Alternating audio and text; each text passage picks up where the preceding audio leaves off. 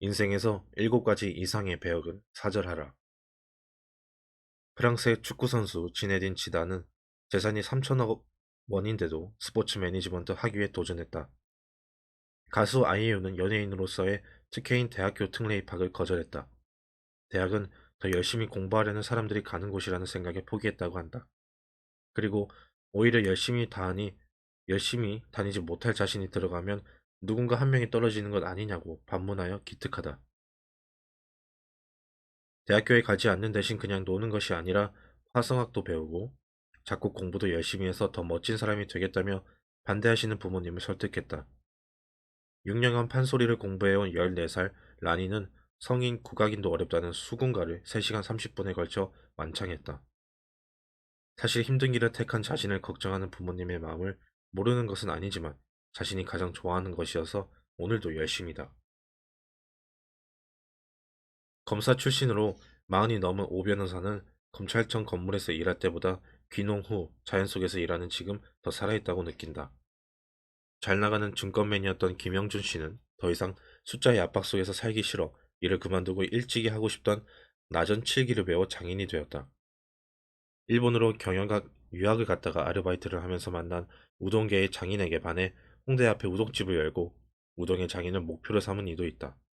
사람들은 이렇게 모두 다르다. 그런데 이들의 공통점이 있다. 몰입할 가치가 있는 것을 일찍이 발견했고, 누가 뭐라 해도 자신의 행복이 어디에 있는지 조금 일찍 깨달은 사람들이다. 그러려면 자신을 들여다볼 줄 알고 자신을 제대로 알고 있어야 한다. 이들은 남들이 가는 길을 의미도 모른 채 따라가지 않는다. 진짜 이유도 모른 채, 목적지도 모른 채, 도태나 소외가 두려워 일단 동승하고 보는 이들과는 많이 다르다. 우리에게는 남들이 하니까 하는 것들이 너무 많다. 그러니 벅차다. 따라하면서도 의미를 잘 모르기에 힘이 나지도 않는다. 내게 벅찬 것들이나 필요하지 않은 것에 집착하면 쓸데없이 피곤하게 살 수밖에 없다. 내 분에 넘치는 것을 가지려면 그만큼 큰 희생이 따르기 때문이다. 물론 공부나 업무에서 실력을 키우려면 어느 정도 희생이 따르더라도 도전해야 한다. 그때의 희생은 값지다. 그런데 중요한 것은 어느 정도라야 하는 것이다. 나와는 전혀 맞지 않는 길에서 불필요한 에너지를 투자하는 것은 낭비다. 물질적으로든 지적 능력으로든 자신과는 맞지 않는 기준에 맞추려다 보면 인생이 고단할 수밖에 없다. 자신을 자주 들여다본 사람은 어느 정도가 경계인지 답이 딱 나온다. 그들은 결정도 빠르다. 자신을 잘 알기에 제 것이 아닌 것까지 욕심내지 않기 때문이다. 자신이 무엇을 잘할 수 있는지, 어떤 사람이 되고 싶은지, 자신에게 정말 중요한 게 무엇인지 정확히 모르면 그저 바쁘게만 달려간다. 자신을 잘 모르기에 과속을 하게 되고 틀린 길에서 과욕을 부린다. 자신을 잘 모르면 이 길도 맞는 것 같고 저길도 맞는 것 같다. 우리가 자신을 돌아볼 기회가 없었음을 증명해 주는 것 중에 하나는 자기소개 방식이다. 이 개인주의 성향이 강한 문화권의 사람들은 우리가 흔히 하는 자기소개 방식을 의아해한다. 내가 직원을 뽑기 위해 면접을 보면 이미 이력서에 적어놓은 학력이나 경력, 가족 사항으로 자신을 소개하는 지원자가 참 많다. 면접에서 내가 알고 싶은 것은 지원자의 마음, 내면인데 그것을 드러내질 못한다. 가장 감명 깊게 봤던 영화나 책은 어떤 것인가요? 하고 물어도 묻는 이유를 잘 모르고 답한다는 느낌을 많이 받는다. 몇 년 전 지인의 권유로 어느 대학의 CEO 최고위 과정을 다니게 되었다. 첫날 자기소개 시간이 있었다. 다들 어느 회사의 누구이고 회사 매출이 얼마고 경력을 이러하다고 소개하고 있었다. 하지만 그렇게 격식을 차려야 하는 자리도 아니었고 갑자기 장난기가 발동하기도 해서 내 순서가 왔을 때 나는 좀 다르게 말했다. 저는 약한 노란색과 오렌지색을 좋아하고요. 어렸을 때 꿈은 변호사였고요. 제 직업이 좋은 이유는 사람들을 돕는다는 거고요. 제가 화를 내게 되는 상황은 주로 약한 자에게 강하게 구는 상황을 볼 때이고, 제가 이 과정에 온 이유는 과정 내용도 도움이 되겠지만 사람들의 각기 다른 삶의 방식을 보기 위해서예요. 다들 의아해했지만 나는 비즈니스 관계로 만나는 자리가 아니라면 이런 식의 소개가 조금 더 인간적이라고 생각한다. 음악회 등 조금은 즐기는 자리에서도 명함을 주고받는 일이 일상화되어 있다. 굳이 그럴 필요가 있을까? 상대방이 내게 명함을 주면 가만히 있자니 결례가 되겠다 싶어서 짧은 한숨을 쉬고서 나도 뒤늦게 가방에 뒤질 때가 많다. 자신을 잘 알려면 우선 자신의 배기량과 소명을 알아야 한다. 체력만 해도 사람들마다 다르다. 같은 나이라고 해도 같지 않고 같은 학력이라도 다르다. 정치를 하든 소박한 식당을 하며 맛있는 밥을 사람들에게 대접하든 내가 세상에 태어나 이 세상에 줄 수 있는 것이 바로 소명이다. 모두 다 기업인이 될 수도 없고 모두가 인기스타가 될 수도 없다. 그럴 필요도 없다. 고위 공무원보다 환경미화하니 행복하지 않는 것도 아니다. 누구는 그림 그리는 것으로 세상을 정화하고 누구는 드럼을 치며 세상에 활기를 주기도 하다. 누구의 가치가 더 크냐고 따질 수 있는 문제가 아니다. 인도의 카스트 제도는 1947년 법적으로 금지되었으나 여전히 인도 사회에서 강력한 영향력을 발휘한다. 이 카스트 제도라고 명명만 안 했지 우리나라에도 차별은 버젓이 존재한다. 우리나라의 명함으로 차 크기로 이미 그 선을 그어두고 어디에 속하는지에 따라 대하는 눈빛부터가 다르다.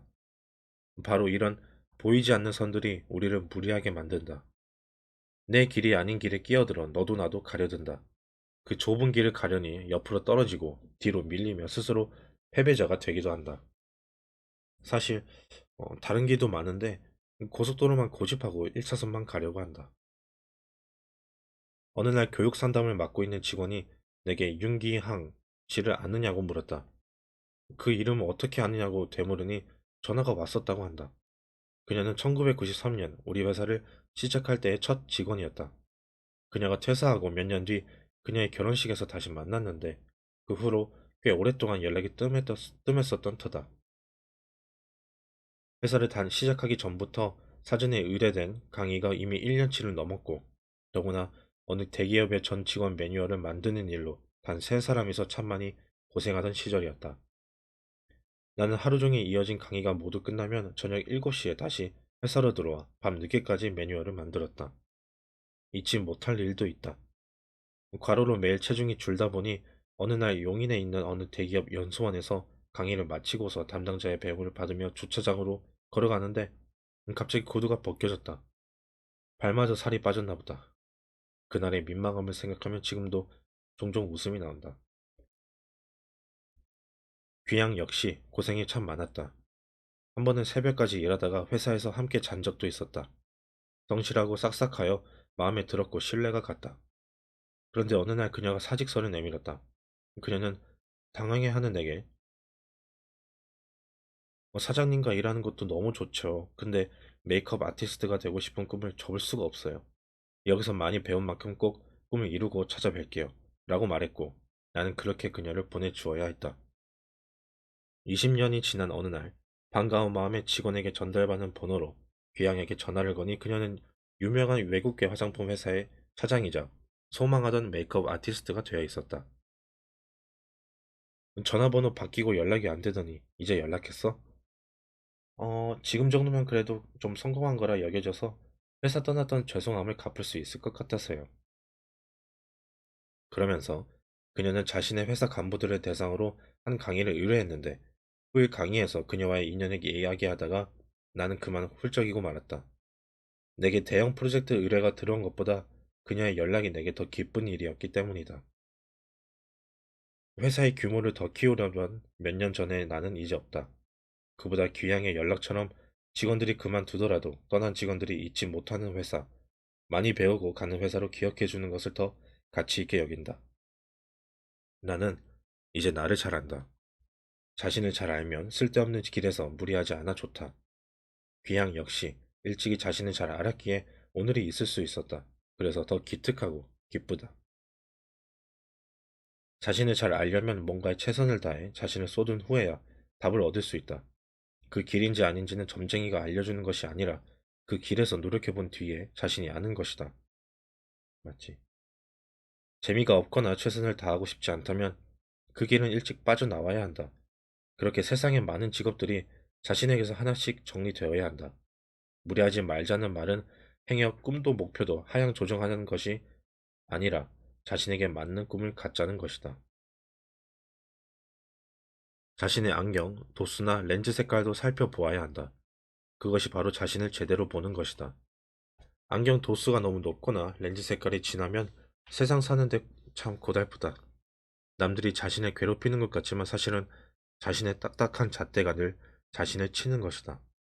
자신이 아무리 스스로를 아름답다고 여겨도 악이 없는 모든 사람들이 그렇지 않다고 하면 사실 그리 아름다운 것은 아니다. 혼자만 우기며 자신을 제대로 보지 못하고 미화시키는 것 역시 자신을 잘못 알고 있는 것이다. 대통령에 당선되기 전까지 온갖 실패와 시련을 겪었던 에이브라임 링컨은 모든 사람은 마음먹은 만큼 행복해진다고 말했다. 제대로 마음 먹으려면 먼저 자신을 제대로 알아야 한다. 그래서 자신의 인생길을 스스로 제대로 정할 수 있어야 한다. 너무 빨리만 가다 보면 변화하는 자신을 들여다볼 기회가 없다. 20살의 나와 30살의 내가 다르고 40살의 내가 또 다른데도 성장하고 변화하는 자신의 가슴속과 머릿속을 봐주지 않는 경우가 참 많다. 심리학자들은 행복해지고 싶다면 인생에서 7가지 이상의 배역은 사절하라고 권한다. 누구의 자식, 아내, 며느리, 엄마, 이모, 고모, 회사의 누구, 모임의 총무. 이미 오버다.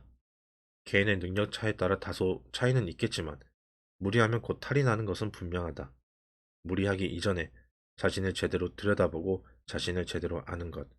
너무 기본이어서 별것 아니어서 안 했던 그것부터 하는 것이 행복의 지름길이다.